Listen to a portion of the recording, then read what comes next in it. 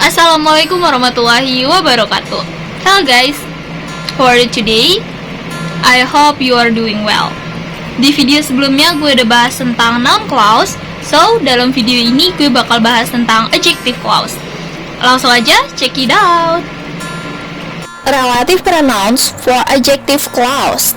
Dalam adjective clause terdapat relative pronouns, yaitu who dapat digunakan untuk subjek maupun objek dalam adjective clause untuk kata ganti orang, hanya orang saja, people only.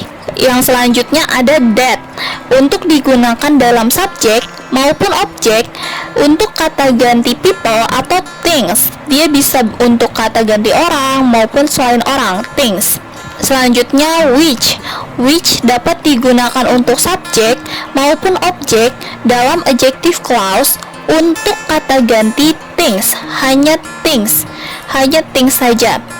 Dan selanjutnya whose, where, and when hanya digunakan untuk hal tertentu saja. Contohnya whose digunakan untuk harta benda. Selanjutnya where digunakan untuk tempat, dan when hanya digunakan untuk waktu. Adjective clause. Why is it called an adjective clause? Because adjective clause modified or describe nouns, just like adjective. Jadi, disebut adjective clause karena adjective clause ini memodifikasi noun sama seperti adjective. Perhatikan contohnya. Di sini ada contoh adjective dan adjective clause. Contoh adjective yaitu yang the tall man smiled. Tall di sini adalah adjective yang memodifikasi noun. Nounnya yang mana? Nounnya yang man. Dan yang kedua adalah contoh adjective clause. The man who had long hair smiled. Who had long hair adalah adjective clause yang memodifikasi noun. Nounnya adalah yang man. Smiled di sini tidak termasuk adjective clause karena smiled adalah verb. Dalam adjective clause terdapat subject relative pronouns dan object relative pronouns. Apa itu subject relative pronouns? Subject relative pronouns adalah relative pronouns yang digunakan untuk subjek dalam adjective clause. Apa saja relative pronouns yang dapat digunakan untuk subjek dalam adjective clause? Jadi, seperti yang tadi sudah dijelaskan secara menyeluruh, dan yang untuk subjek hanya ada 3, yaitu who, which, dan that. Who dapat digunakan untuk kata ganti orang, hanya orang saja. Which untuk kata ganti things atau selain orang. Dan that dapat digunakan untuk kata ganti orang maupun things atau yang selain orang. Jika ada soal pilihan ganda menunjukkan kata yang dimodifikasinya berupa orang atau people, maka dia juga bisa menggunakan that. Dia bisa menggunakan who dan bisa menggunakan that. Tetapi, jika ada pilihan that maupun who, maka sebaiknya pilihlah yang who. Begitu juga dengan which untuk kata ganti things atau yang selain orang. Oke, langsung saja ke stepnya. Di sini ada 2 kalimat, yaitu the woman is in my class and she likes tennis. Untuk menggabungkan 2 kalimat tersebut menjadi 1 kalimat, di sini ada 3 step. Yang pertama, temukan 2 kalimat yang merujuk pada things atau person yang sama. Di sini yang sama adalah the woman dan she. The woman is in my class and she likes tennis. Yang sama the woman and she.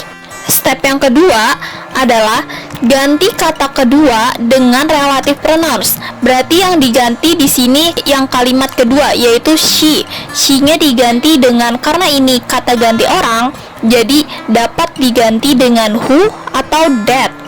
Dan step terakhir, pindahkan seluruh adjective pronouns di belakang nouns yang dimodifikasinya.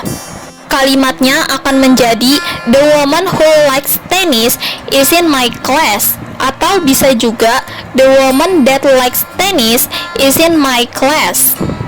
Dan yang terakhir adalah adjective clause with object relative pronouns. Tadi sudah dijelaskan tentang subject relative pronouns dan sekarang object relative pronouns. Relative pronouns yang digunakan untuk object relative pronouns yaitu ada who, whom, which, that, and nothing. Who digunakan ketika kata yang samanya berupa orang. Whom digunakan ketika kata yang samanya berupa orang juga. Bedanya who dan whom, kalau who dia informal dan whom formal. Who lebih sering digunakan dan whom hanya digunakan untuk formal. Lalu which digunakan ketika kata yang samanya berupa things atau bukan orang. That digunakan ketika kata yang samanya berupa orang maupun things. Dan yang terakhir, nothing dihilangkan tanpa diganti. Langsung saja kita ke stepnya. Untuk menggabungkan dua kalimat menjadi satu kalimat dalam objek relative pronouns terdapat 4 step. Contoh kalimatnya adalah the woman is in my class dan I like her. Untuk menggabungkan dua kalimat tersebut menjadi satu kalimat ada 4 step. Step pertama, what is the same in both sentence? Apa yang sama di kedua kalimat tersebut? Yang sama adalah the woman and her.